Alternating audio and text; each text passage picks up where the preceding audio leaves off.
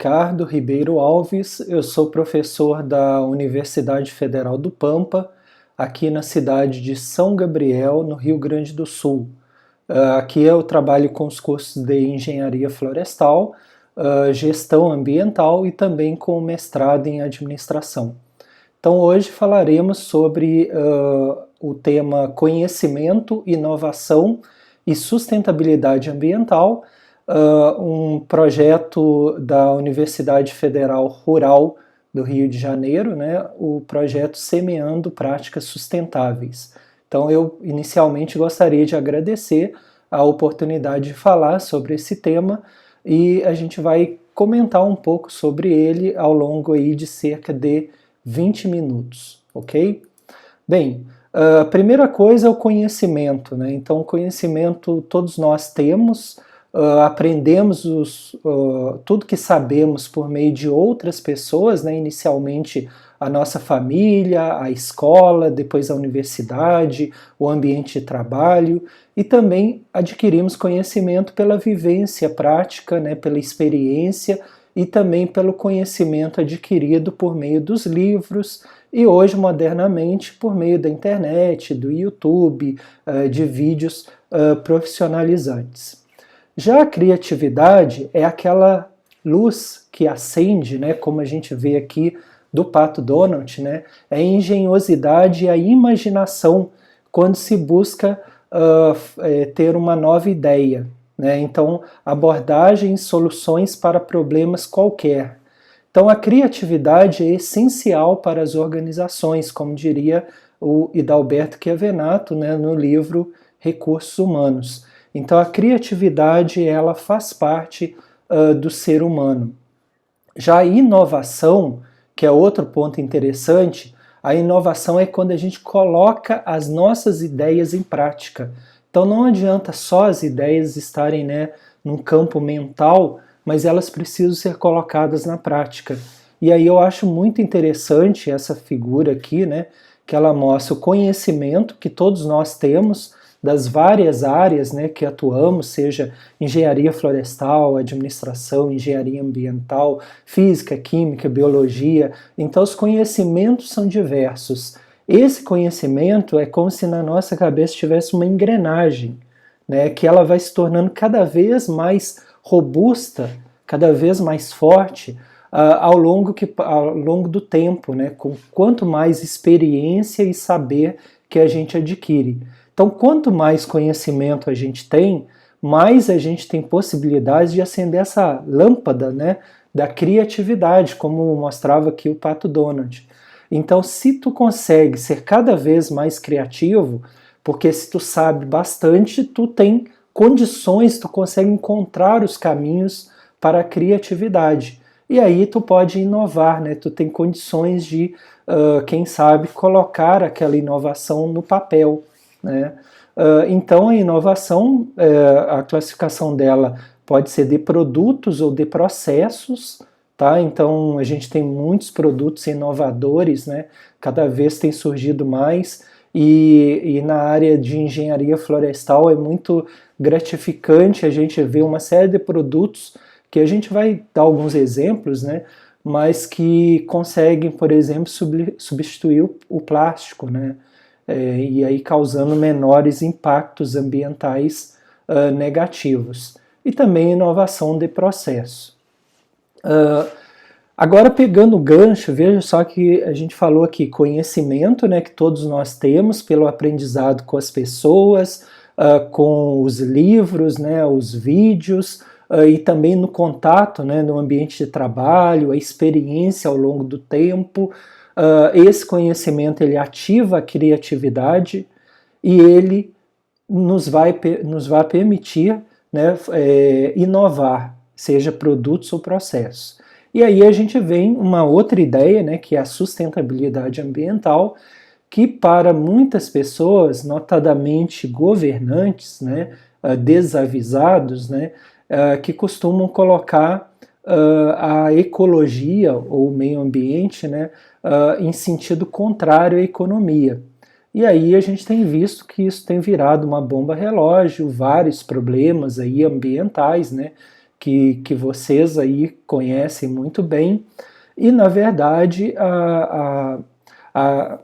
o meio ambiente, né, os produtos ambientalmente responsáveis, eles são uma importante mola propulsora da economia, né? A gente vai ver que tem uma série de produtos aí interessantes.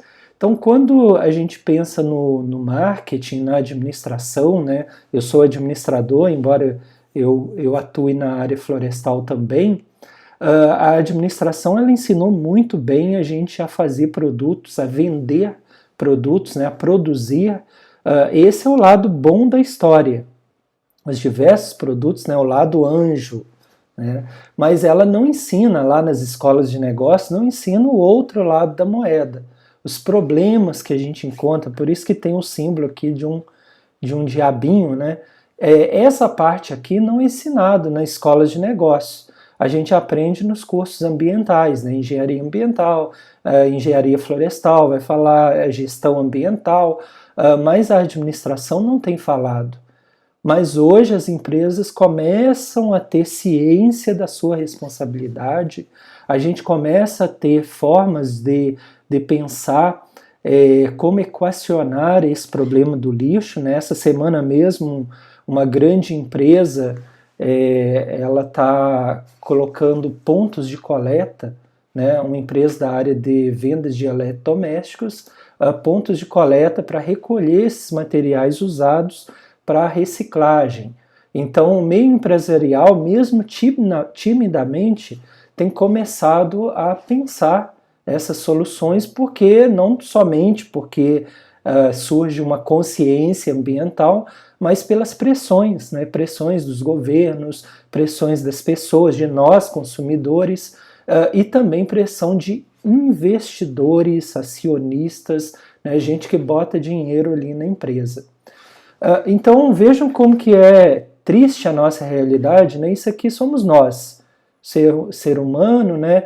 A gente não satisfeito de descartar, a gente ainda descarta ainda no rio, né? Provoca a mortandade dos peixes, dos animais, dos diversos animais que estivessem aqui, a água bem escura, né? Já perdeu totalmente o oxigênio, a vida. Além disso, prolifera uma série de possíveis doenças, né? Ratos que vão circular aqui, insetos que podem contaminar até as pessoas que estão morando próximas. Então assim agimos nós, seres humanos, que teoricamente somos os seres mais inteligentes do planeta, né? Mas veja que interessante, vocês aí que são da engenharia florestal, né? Como que a natureza nos ensina. Isso que é, entre aspas, descartado pelas árvores, na verdade constitui matéria-prima, né? Então a gente tem que começar a pensar da mesma forma. O que é descartado tem que constituir matéria-prima para outros produtos. Então aprender um pouco com a natureza. A gente tem dificuldades, a gente sabe, né? Até o nosso amigo aqui, o macaquinho, vendo a dificuldade nossa, a gente tem dificuldade de separar o lixo, né? Eu pergunto aí a vocês, quem que em casa pelo menos separa o lixo orgânico do seco, né? Então resto de comida, resto de frutas, isso tem que ser separado no lixo doméstico, separado do lixo seco, né? O papel, o plástico, o metal. Então a gente tem que começar a dar o nosso exemplo. E aí, para a gente partir, né, nessa segunda metade dessa explanação, sobre alguns exemplos. Provavelmente alguns de vocês já devem ter visto essa figura, né, essa foto. É uma foto real, vocês podem digitar no Google, né, cavalo marinho cotonete, que vocês vão ver. E esse é o tipo do produto que a gente usa, né? A gente usa por alguns segundos, um minuto talvez, né, para secar o ouvido, e a gente joga fora. Invariavelmente esse cotonete de plástico ele vai acabar caindo, pode cair, né, num curso d'água, e o que proporcionou uma foto triste dessa forma. Mas eu quero que vocês pensem que essa foto só é possível porque a gente tem o plástico, que vai ficar aí décadas e décadas, a gente nem tem noção direito do tempo que ele vai ficar no oceano para se decompor. Então, provavelmente todos nós não estaremos mais aqui e aquele cotonete vai estar no fundo do oceano, gerando impacto ambiental negativo. Então, quando a gente pensa em conhecimento, inovação e sustentabilidade ambiental, a gente tem que pensar que o ser humano tem conhecimentos em várias áreas, né? Área de materiais, de química, então ele pode começar a pensar alternativas para produtos, por exemplo, igual a esse, né? E aí a gente vê uma empresa que até aí na região de vocês aí no Rio, foi aonde eu comprei, né? Numa conhecida rede de farmácias aí na região de Seropédica, a gente tem uma empresa que ela faz, né, o cotonete feito de base de papelão. Então ele vai cumprir a mesma função para o consumidor, ou seja, tu tem uma haste, né, que é flexível, mas ao invés de ser feito de plástico, será feito de papelão. Qual que é a vantagem disso, né? Que se isso porventura cair no oceano, o papel dessa estrutura aí do cotonete, ele vai logicamente se dissolver na água e o fotógrafo não conseguiria tirar uma foto dessa, concordam? Porque o papel ia se dissolver. Aí é lógico, alguém poderia falar, tá, mas o papel também vai gerar impacto. Sim, vai gerar impacto, mas num grau muito menor do que esse plástico desse produto chamado hastes flexíveis, né, mas que a gente costuma popularmente chamar de cotonete. Então, a mesma lógica, né, a gente tem que pensar os diversos exemplos que eu vou colocar aqui, mas lembrar que um produto desse, ele utilizou-se de conhecimento de materiais, criatividade, alguém pensou, eu vou conseguir fazer o protótipo desse cotonete de papelão, teve erros, acertos, até conseguir fazer o protótipo final, comercial, do cotonete de papelão. Tá? Então, colocou-se ele na prática, né? Inovou. A inovação é quando tu coloca a criatividade na prática. Então ele passou a ser comercialmente viável. Assim, são os demais exemplos que eu vou mostrar aqui. O canudo plástico, então a gente tem várias empresas, né, que estão mudando. Então algumas empresas de fast food, né, de lanches rápidos como Subway e outras mais, tu vai encontrar agora o canudo de papel, né, substituindo o plástico. A Nescau, né, agora fazendo até um marketing ambiental, né, aqui tem canudinho de papel, então não usando mais o canudo de plástico, então dando algumas orientações para o consumidor. A gente tem outras alternativas, né, tu tomar a tua bebida sem canudo, ou utilizar um canudo de vidro, ou de metal, ou de biscoito, ou de algas, né, ou de macarrão. Então, as várias alternativas. Assim também a escova de dente, né? Já pararam para pensar que se a gente tem, conforme dizem, né, os dentistas, que trocar as nossas escovas a cada 3 meses, cada pessoa no ano troca de escova 4 vezes, né? Então, são 4 escovas de plástico que são descartadas, teoricamente, por cada um de nós. Então, se a gente pegar uma cidade de 100 mil habitantes, se cada pessoa na cidade descartar 4 escovas, né, usar 4 escovas de plástico por ano, a gente vai ter, só numa cidade de 100 mil habitantes, 400 mil escovas de plásticos descartadas. Tá? Imagina uma cidade como São Paulo, imagina uma cidade como Rio de Janeiro, né? Grandes metrópoles, porque escova de dente todo mundo tem que usar. Né? Então, plástico.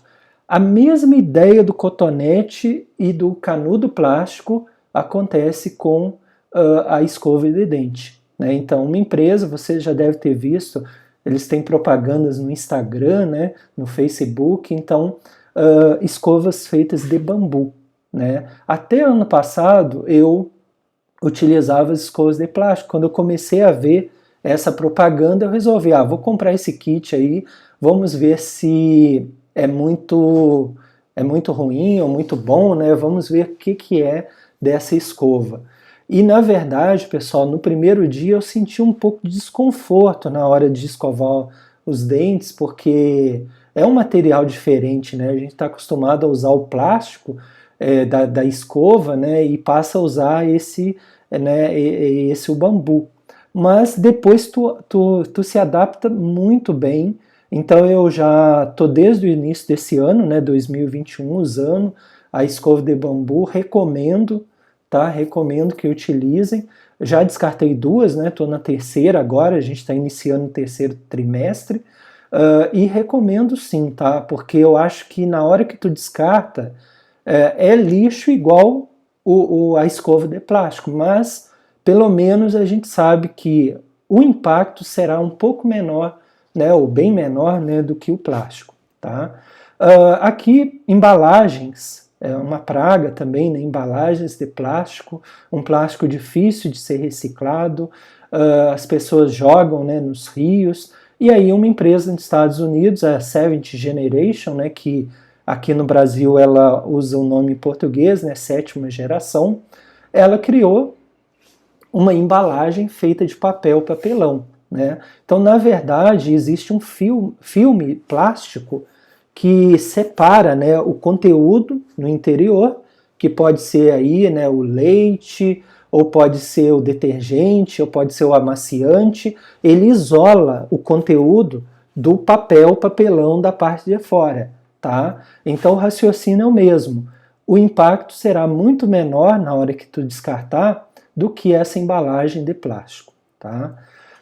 Um dos mais conhecidos que a gente tem é a reciclagem, né, da garrafa PET, que a gente tem vários produtos, objetos, né, camisetas feitas de garrafa PET, mas é bem interessante que às vezes uma coisa que é dito que é muito sustentável, né, como a gente vê o caso aí da camiseta feita de garrafa PET, se vocês buscarem no Google, por exemplo, vocês vão ver que tem algumas críticas ao uso da camiseta de garrafa PET, porque na lavagem da camiseta vai para, né, na água que vai para o sistema de esgoto, vão microplásticos. Né? Então eles detectaram que na lavagem das roupas feitas de garrafa PET vai sair o microplástico que a gente sabe que tem contaminado a água do planeta e que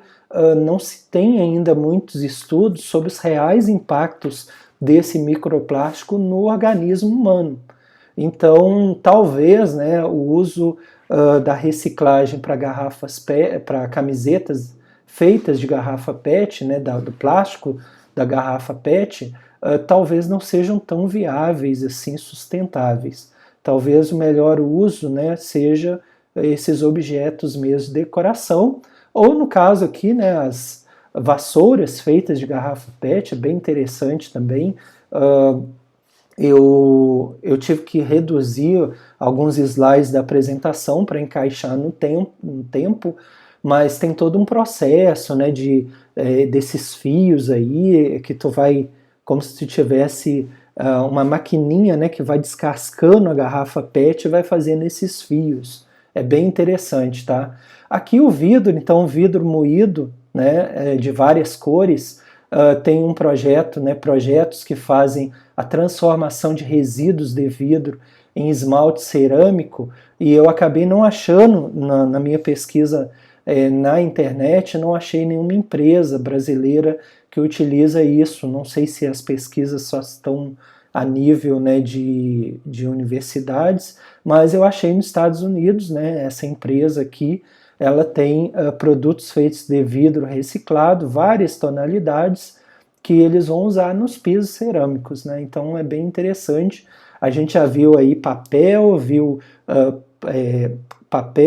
vimos a garrafa PET, né, o plástico, agora o vidro. Então tem muitos exemplos. Essa questão ambiental, às vezes a gente acha assim que nós somos muito impotentes, né, para lutar, né? Como é que eu sozinho vou mudar a realidade ambiental? Mas pense bem, se vocês aí começarem, no mínimo, a separar o lixo seco do orgânico, né, e tentar levar esse lixo, que a gente chama de lixo, né, resíduos sólidos, para o catador, ou então colocar na lixeira, né, perto da tua casa, no horário que vai passar o caminhão de lixo. Então tu já começa é pouco, mas se tu faz isso, o vizinho faz, as pessoas que tu conhece, né, os parentes, todo mundo faz isso, vão se tornando um grande peixe, né? Então o pouquinho de cada um vai se tornando um grande feito, tá? Então lembrar disso. E para a gente encerrar, eu gostaria de agradecer, né? Dizer que estamos à disposição aqui na universidade, que a gente tem alguns trabalhos, né, publicados. Vocês podem conhecer também o meu Instagram e o Facebook, né, @administração verde. A gente tem um canal no YouTube, que é só colocar lá youtube.com/Ricardo Ribeiro Alves, né, meu nome completo, escritor, no final, tem diversos vídeos, e aqui o meu e-mail institucional. Então, eu gostaria de agradecer a vocês aí da Rural do Rio de Janeiro pelo convite, em especial a professora Vanessa, e agradeço e até a próxima.